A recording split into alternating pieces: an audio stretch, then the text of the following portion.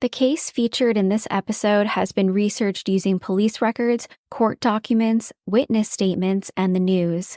Listener discretion is advised. All parties mentioned are innocent until proven guilty, and all opinions are my own.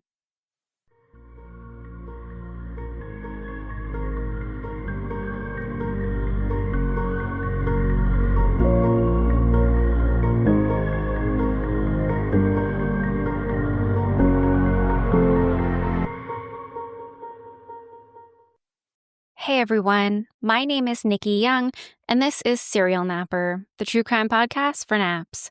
I'm back with another true crime story to lull you to sleep, or perhaps to give you nightmares. Tonight's episode takes us to Dublin, Ireland, back in 2013. And trust me, this one's a doozy. Picture this, a young girl, clearly distressed. She's found loitering near the General Post Office on bustling O'Connell Street. She's alone, silent, and seemingly terrified. When two police officers in Ireland approach her, she doesn't or won't speak English. But somehow, she manages to get one thing across. She's just 14 years old. The only other clues? Some haunting doodles of an airplane, a bed, and a gun. Not exactly the kind of thing that you'd find in your average teen's sketchbook. Authorities begin to suspect that she might be the victim of sex trafficking.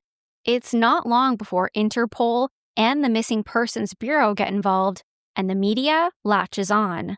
Headlines scream, "Who is GPO Girl?" With no solid leads and a growing public obsession, the police make a bold move. They go public. Her photo, snapped on the sly, is released. And when the sun rises on the southern hemisphere, the real story finally comes to light. Because GPO Girl? Yeah, she wasn't a teenager. She wasn't trafficked. And she definitely wasn't who she claimed to be.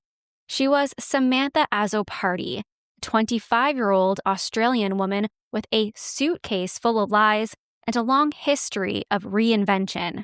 Her stint in Dublin was just one chapter in a globe-trotting tale of deceit, delusion, and downright bizarre behavior. So, dim the lights, put your phone down, and listen as I unravel the mystery of Samantha Azzopardi, aka GPO Girl, and the many faces of a master manipulator. So let's jump right in.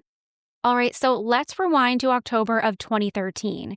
It's a crisp autumn day in the heart of Dublin. Picture it. The usual city center chaos buzzing around the General Post Office on O'Connell Street. Tourists snapping photos, buses honking, locals just trying to get on with their day. And then, amid it all, two police officers spot something, or rather, someone who doesn't quite belong. A young girl, alone, clearly distressed, and not saying a word. Just standing there. She's disheveled, no bag, no ID, no cash, not even a jacket. Just her on the street like she appeared out of thin air. When the officers try to talk to her, she doesn't respond, but she does hold up her fingers. 1, 4, 14. That's it. That's all they get.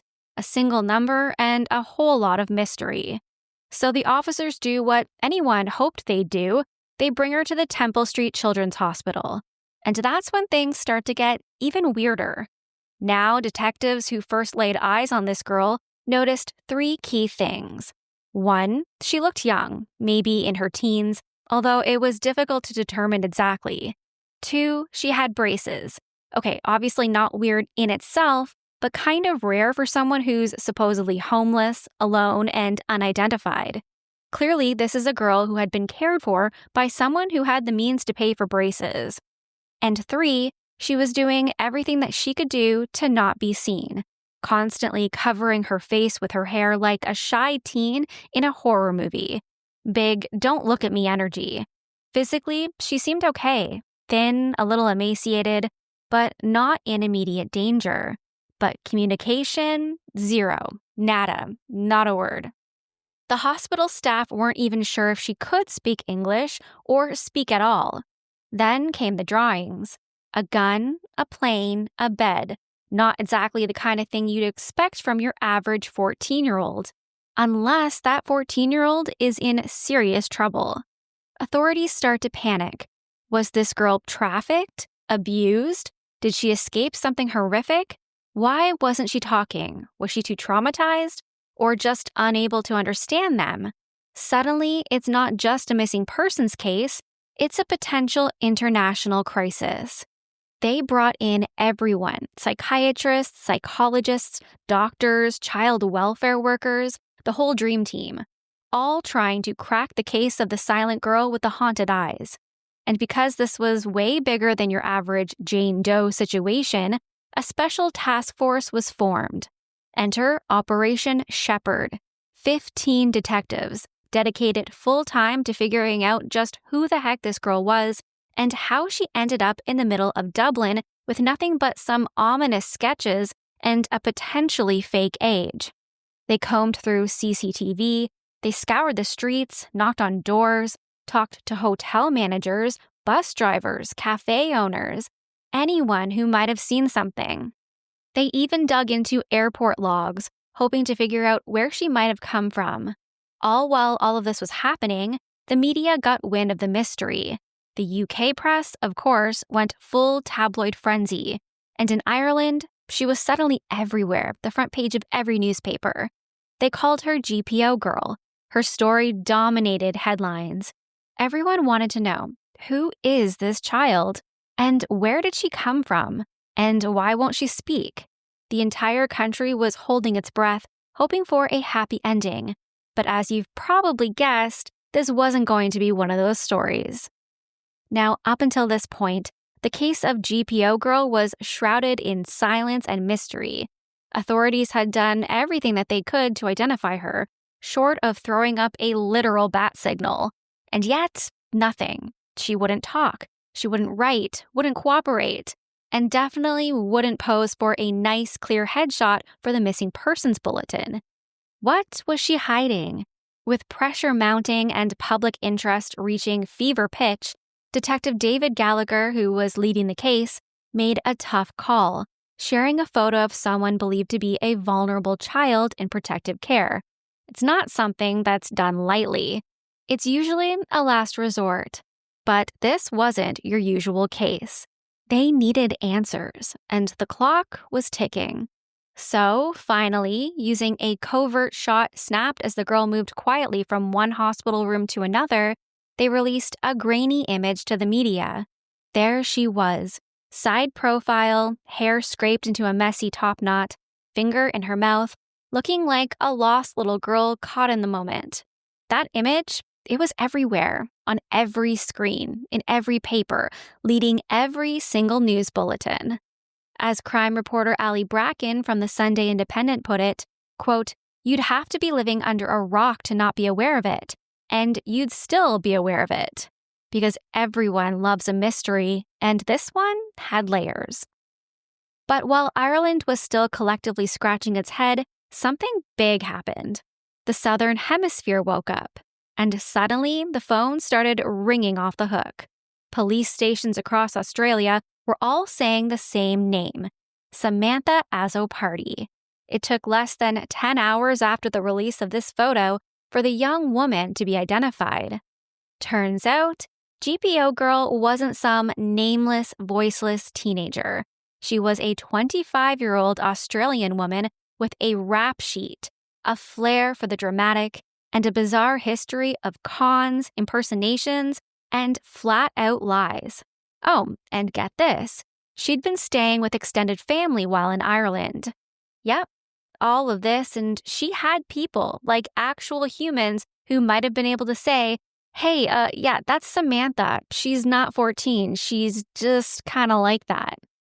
In fact, she had been staying with her former stepfather, a man who had dated her mother when he lived in Australia.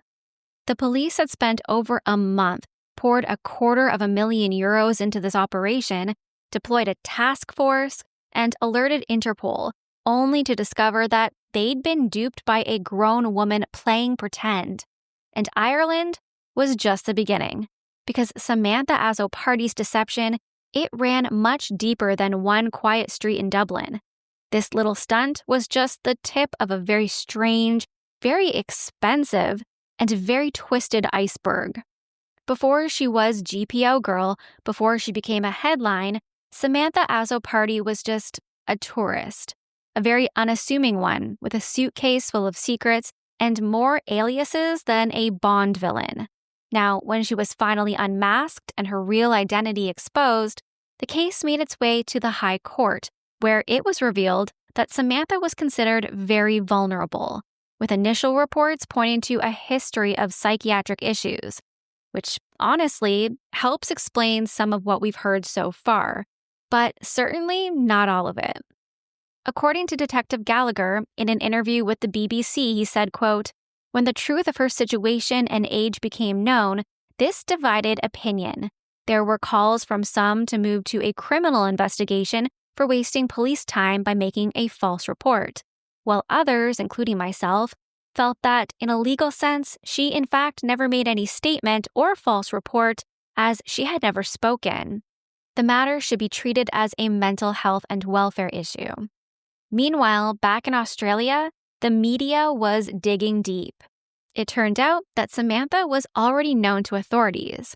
Reports said that she had used a variety of aliases over the years. We're talking a whole Rolodex of fake names. But the Australian police, they remained tight-lipped, no comment, which, let's be clear, only made the story even juicier. As for Samantha's family, they were said to be preparing to fly to Ireland, likely in a mix of shock, concern, and very awkward conversations with immigration officials. Eventually, Ireland decided that it was time for Samantha and her family to go home. A one-way flight back to Australia was arranged, paid for, of course, by the fine, unsuspecting taxpayers of Ireland. You're welcome, Samantha. The grand total for Operation Shepherd: roughly 2,000 hours of police time and a cool €250,000. All for one woman, one lie, and one truly bizarre performance that fooled an entire country, if only for a little while. Before she was GPO Girl, before she was deported on the Irish taxpayer's dime, and before she racked up a rap sheet, Samantha Azzopardi was just a kid from Campbelltown. That's in southwestern Sydney, for those of you who are unfamiliar with Australian geography. She was born there in 1988, and fittingly, the truth about Samantha's childhood is already a little slippery. Like most things about her, it's hard to pin down what's real, what's embellished, and what's been completely made up by Samantha herself. What we do know is that she reportedly grew up with one brother and she attended Mount Annan High School. She had the kind of intelligence that made people take notice, the kind of student who teachers remember, not because she was disruptive, but because she was sharp. But intelligence wasn't the only thing Samantha became known for. Enter the lies. Even back then, her stories were next level, not your typical "my dog ate my homework" kind of stuff. We're talking about full-blown Hollywood-level fiction. In a 2016 interview, one of her former classmates, Juanita Levy, remembered a particularly standout moment. Samantha tried to convince the entire school that she was Lindsay Lohan. Yes, that Lindsay Lohan. She even dyed her hair red to complete the illusion. Honestly, A+ for commitment. Another time, she called the police to report a dead cat. Tragic, right? Except plot twist, there was no dead cat. Just Samantha spinning yet another elaborate, unnecessary yarn. Juanita put it this way, saying, quote, "She was a really smart student. She always did her work and was conscientious. I guess she was a bit of an attention seeker." And it showed. She'd storm out of class without warning, leaving the teacher to chase after her. It wasn't anger, it was more like theater. Like she needed the room to stop, turn, and say, "What's going on, Samantha?" Oddly, despite all the time they spent together, Juanita never met anyone from Samantha's family. Not once. She said, quote, "It was strange because we would always hang out. She would always say, 'My dad is in America.'" Which, knowing what we know now, might have been true, or a total fabrication. With Samantha, it really could go either way. What is certain, though, is that she wasn't long out of high school before she started popping up on the radar of Australian authorities. The Samantha Azzopardi era of weird, wild scams was already brewing, and it wouldn't take long for her step up from Lindsay Lohan impressions to full-blown international fraud. If you're anything like me, by now you're probably wondering, how does someone end up in front of the GPO pretending to be a mute 14-year-old trafficking victim? Like, what even is the journey from red-headed Lindsay Lohan impersonator to international mystery woman? Well, buckle up, because Samantha's scam resume is as long as it is ridiculous. If you haven't already, and I highly recommend you do, check out the documentary Con Girl. It lays everything out, every alias, every unbelievable twist, and most importantly, you get to hear directly from the people that she tricked. The ones who opened their homes, their schools, their lives, only to find out that they'd been duped by a woman who could switch identities like outfits. Because make no mistake, Samantha's antics didn't begin in Ireland. She had been conning, impersonating, and deceiving her way through life for years. Let's roll it back to one of her earliest scams on record. The year was 2010. Samantha was in her early 20s and already dabbling in identity fraud like it was a hobby. That's when she showed up in Rockhampton, Queensland, and decided to really shoot for the stars. Literally. She claimed to be Dakota Johnson. Yes, the Dakota Johnson, as in Hollywood royalty, as in 50 Shades of Grey, daughter of Don Johnson and Melanie Griffith. And this wasn't just some throwaway lie at a party. Nope. She went full method. Samantha used fraudulent documents to enroll herself in a high school in Brisbane as Dakota Johnson. Just imagine being a teacher calling out attendance for the day. Johnson? Dakota? Here. Meanwhile, the real Dakota Johnson is out there walking red carpets, probably unaware someone else is taking geometry tests in her name in suburban Australia.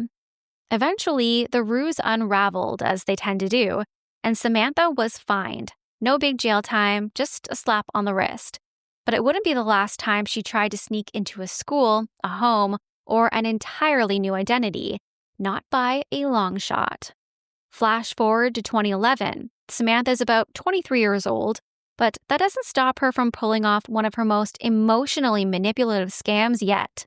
This time, she heads west to sunny Perth, Western Australia, and she introduces herself not as a celebrity, but as a teenage gymnast named Emily, with a Russian background, because why not? Throw in some international flair. She even gave herself a tragic backstory to match, a devastating family accident where her parents and twin sister were all tragically killed. If this is starting to sound like a Lifetime movie to you, yeah, same. Emily is enrolled in school. She blends in seamlessly and quickly befriends a real teenager named Hope. The two become close, and it doesn't take long before Samantha is spending nights at Hope's house, and then days, and then moving in. Hope's parents, they're absolute angels. They believe this poor orphaned girl with no one left in the world deserves a second chance and a new family. So naturally, they offer to adopt her. Yeah, adopt her, as in legal guardianship, lifelong commitment. Welcome to the family-level adoption. And it might have actually happened if it weren't for one small nagging detail, her documents. There was just something not right about the paperwork. Something just didn't sit right. A couple of inconsistencies, some questions without clear answers, enough to raise suspicion. So they start digging, and what they find is not a grief-stricken 15-year-old gymnast, but a 23-year-old woman with a rap sheet and a serious problem telling the truth. Just imagine being that family. You open your home, your heart, your fridge, and the person you thought was your daughter-to-be is actually a grown adult with a flair for fictional gymnastics and fake Russian roots. At that point, she's charged with falsely representing herself, with intention to defraud. Next up was her stunt in front of the General Post Office in 2013. You'd think after being unmasked in Ireland, revealed to the world as a 25-year-old con artist rather than a teenage victim of sex trafficking, Samantha Azzopardi might have laid low for a while, maybe taken a breather, regrouped, journaled. Nope. Instead, she doubled down, and her stories got darker, More disturbing, less quirky grifter, more emotional arsonist. The year was 2014. Samantha was 26. And this time she popped up not in Australia, not in Europe, but all the way in Calgary, Canada, thousands of kilometers away from the chaos she'd stirred in Dublin. She walked into a local medical clinic and told the staff that her name was Aurora Hepburn, a name that sounds equal parts Disney princess and vintage movie star. And she said she was just 14 years old. And then she dropped the bombshell. She said that she had been abducted. She claimed she was a victim of sexual assault, subjected to years of violent abuse and torture. Medical staff, understandably horrified, rushed her to the hospital and called in Child Protective Services. Everyone, the doctors, the investigators, the social workers, they all treated her like a fragile survivor, because that's what she said she was. They spent hours trying to help Aurora, trying to make her feel safe, to uncover what had happened, to bring her perpetrators to justice. They were all in, emotionally, professionally, and in some cases, personally, because this wasn't just another case. This was someone's child, or so they believed. But just like Dublin's GPO Girl, this too was fiction. It was elaborate, cruel fiction. Eventually, Calgary police received a call from their counterparts across the Atlantic, the police officers who had worked her case back in Ireland. They'd seen this act before. They knew Aurora Hepburn wasn't real. She was Samantha Azzopardi, again. And just like that, the house of cards collapsed. Samantha was charged with public mischief, which honestly feels like a far too polite way to describe what she did. A phrase that you might use for prank calling pizza places, not staging elaborate sexual assault hoaxes. She spent 2 months in prison in Canada, and then she was deported, again. And the cost of all of this, roughly $150,000 USD. That's the price tag for one of Samantha's fantasies, in time, in resources, and in the emotional labor of the people who believed that they were saving a child. It was deception on a devastating level, no longer just weird or eccentric, but exploitative and deeply damaging. But still, Samantha, she wasn't finished. Freshly deported from Canada and presumably with a new stamp in her growing international fraud passport, you'd think Samantha Azzopardi might finally take a break from the con life. A little me time, maybe some journaling that isn't falsified. Wrong again.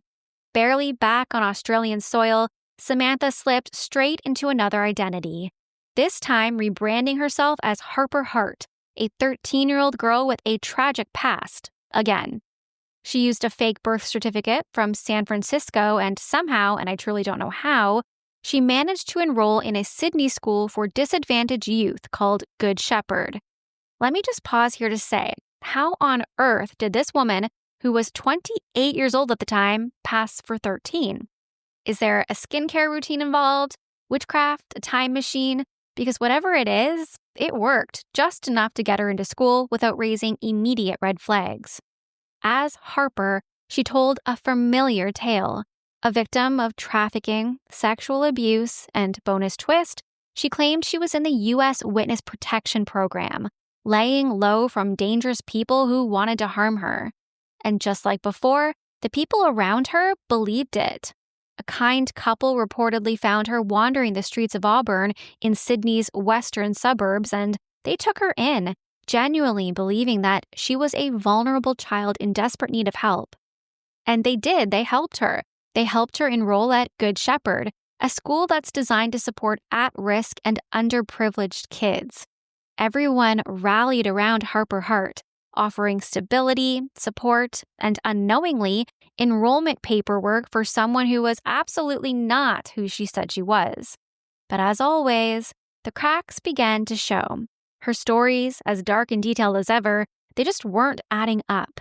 Family and community services began digging into her abuse claims, and suspicions started to simmer. Then came the moment that unraveled it all.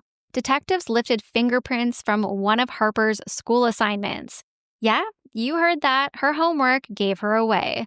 Turns out the mysterious 13-year-old was actually Samantha Azzopardi, 28 years old and running the same devastating con all over again. She was charged with obtaining financial advantage by deception and sentenced to a year in jail. Outside the court, Samantha's mother spoke with the media, and she summed it all up with one single word: heartbreaking. She tried to paint her daughter as a sweet and adventurous girl, at least when she was young, but most people just weren't buying it. And that's the thing. This wasn't just a crime spree. It was an emotional wrecking ball. Every lie Samantha told pulled good people in: teachers, parents, school staff, social workers, all who wanted to believe that they were helping a vulnerable child, who thought that they were doing the right thing. But months into the deception, the school staff just knew that something wasn't right. You can only dodge gym class and puberty for so long. Now it's June 2018. Former Perth Wildcats basketballer Thomas Jervis and his wife Jazzy, they're doing something pretty normal for young parents. They're searching for an au pair to help care for their toddler. They get a private message on Facebook from a man claiming to have the perfect candidate: a sweet, mature 17-year-old named Harper Hernandez. Spoiler alert, Harper doesn't exist, but you probably already knew that. They hire Harper and they welcome her into their Brisbane home, giving her parental control over their daughter, a weekly pay of $250, and free room and board. You know, standard au pair stuff. Except Harper is actually Samantha, 30 years old and deep into her next act of deception. In December, the family relocates to Melbourne, and Harper, she tags along, continuing to work for them for another 6 months. That's a year of intimate family life, daily routines, bedtime stories, family dinners, with a woman who was entirely fake.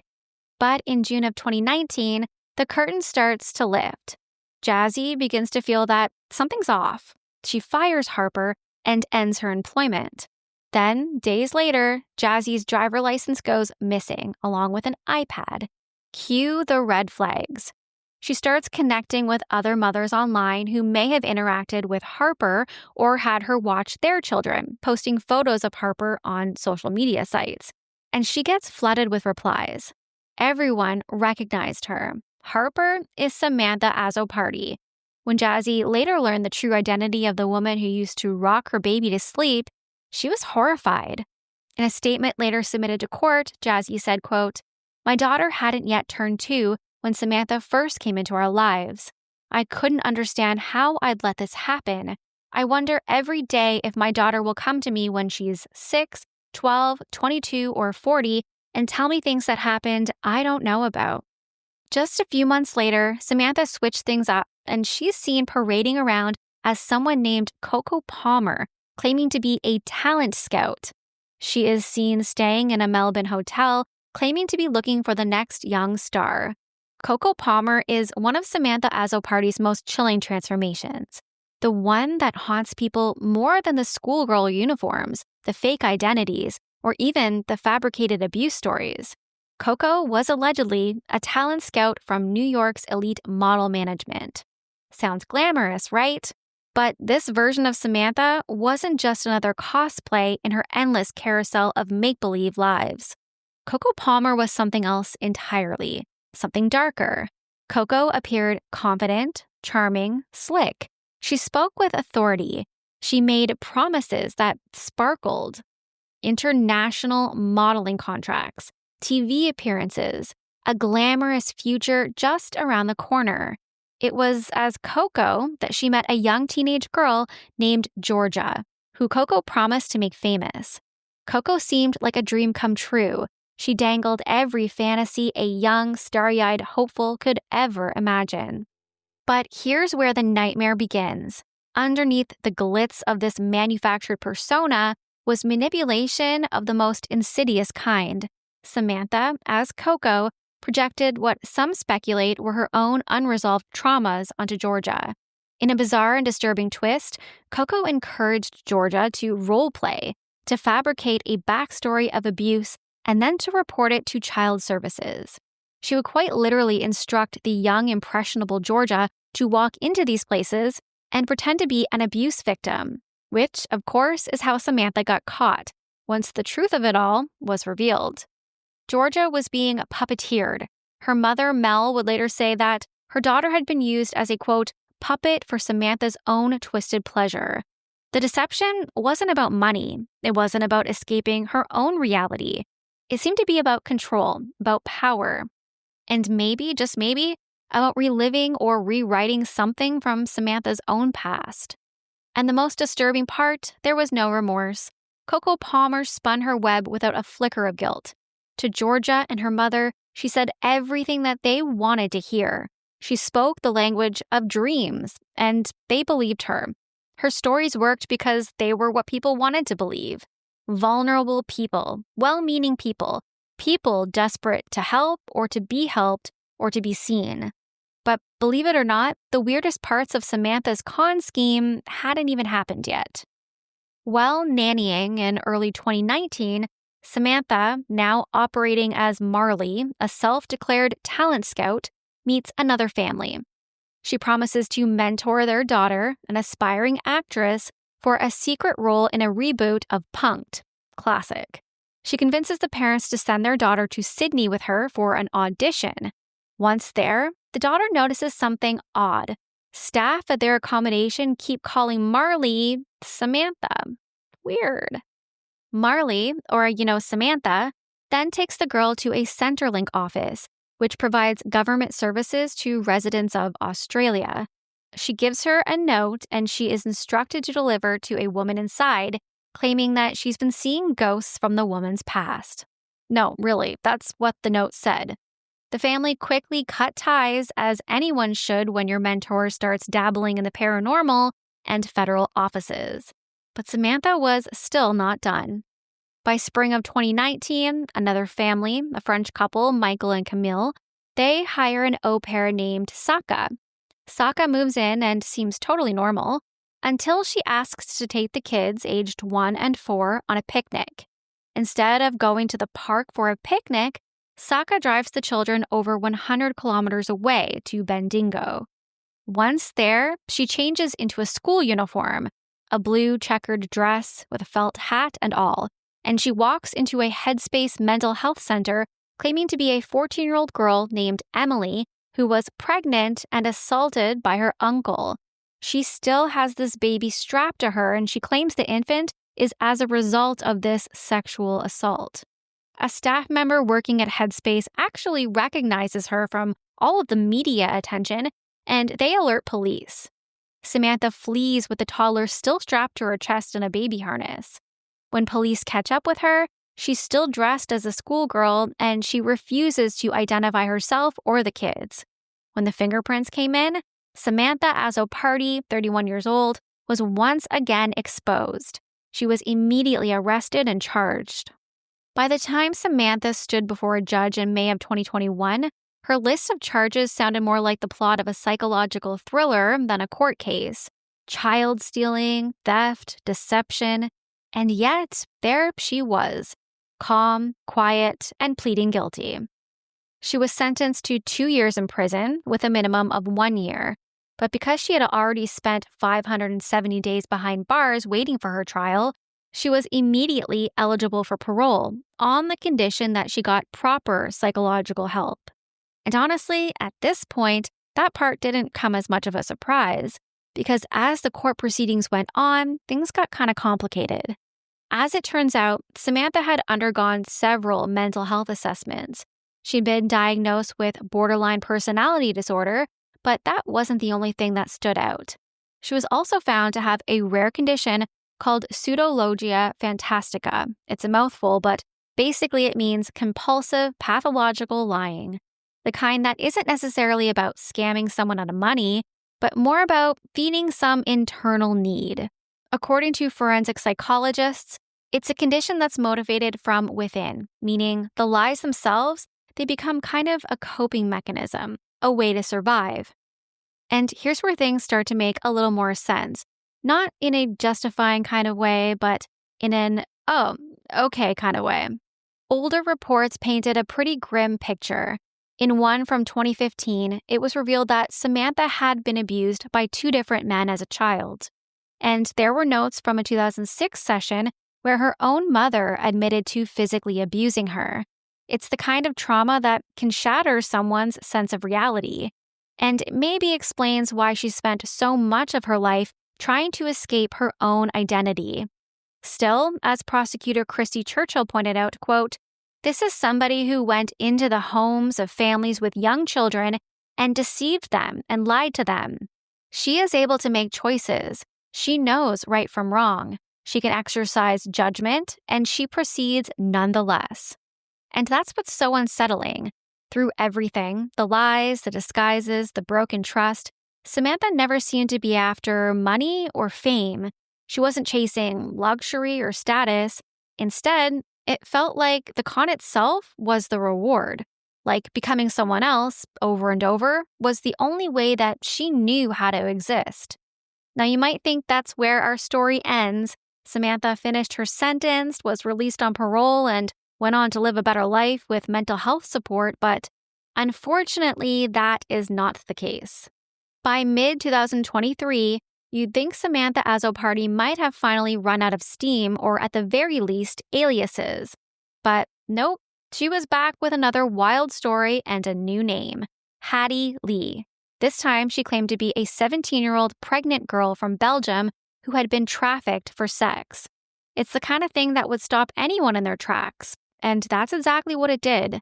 Samantha took this persona straight to Melbourne's specialist family violence care providers, presenting herself as terrified, traumatized, and in desperate need of help. And just like in her past schemes, she was heartbreakingly believable. The care providers did what they're trained to do. They stepped up.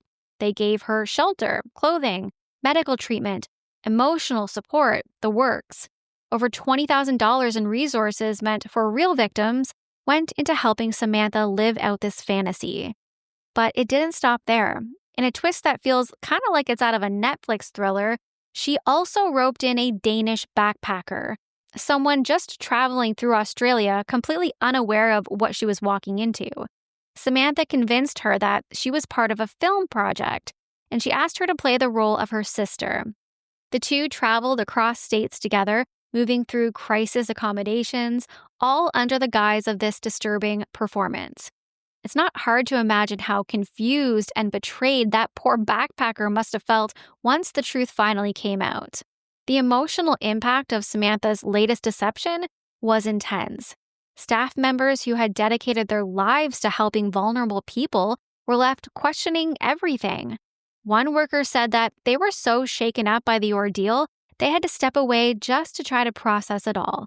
They said, quote, "This stress of it all has left me at one point deflated, needing to take a break just to comprehend everything and try and understand why someone would want to make up such a horrific story to exploit my compassion."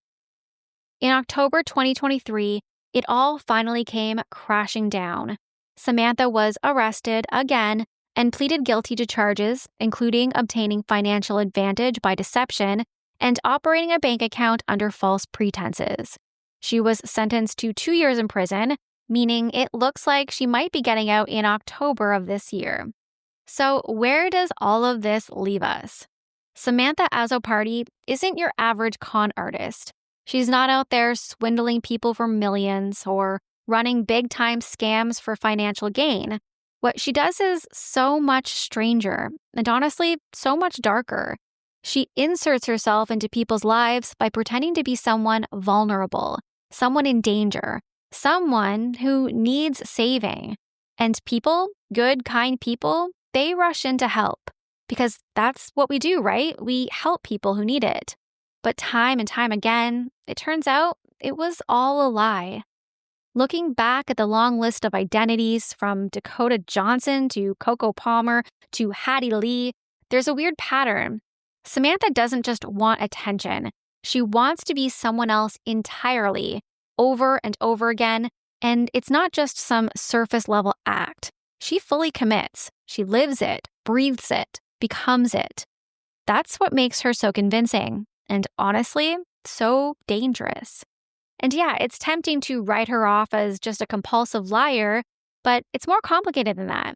Her history of childhood trauma, her diagnosis of borderline personality disorder, and pseudologia fantastica, it paints a picture of someone who's been through a lot and who never really learned how to deal with it in any kind of healthy way. Instead, she built this world of make-believe that eventually spilled out and pulled everyone around her into it. What's so heartbreaking is that the people she tricks are often the ones trying to make a real difference. Families who open their homes, support workers doing emotional labor every day, young girls with big dreams. She didn't just take advantage of their kindness, she turned it into a weapon. And at the end of the day, we're left with more questions than answers. Will Samantha ever truly stop? Can she actually change? And how do we, as a society, protect vulnerable people without becoming too cynical to help when it's really needed? One thing is clear. Samantha Azzopardi's story isn't over. But maybe, just maybe, this time she's run out of masks to wear. That's it for me tonight. If you want to reach out, you can find me on Facebook at Serial Napper. You can find my audio on Apple or Spotify or wherever you listen to podcasts. I post all of my episodes in video format over on YouTube, so go check it out.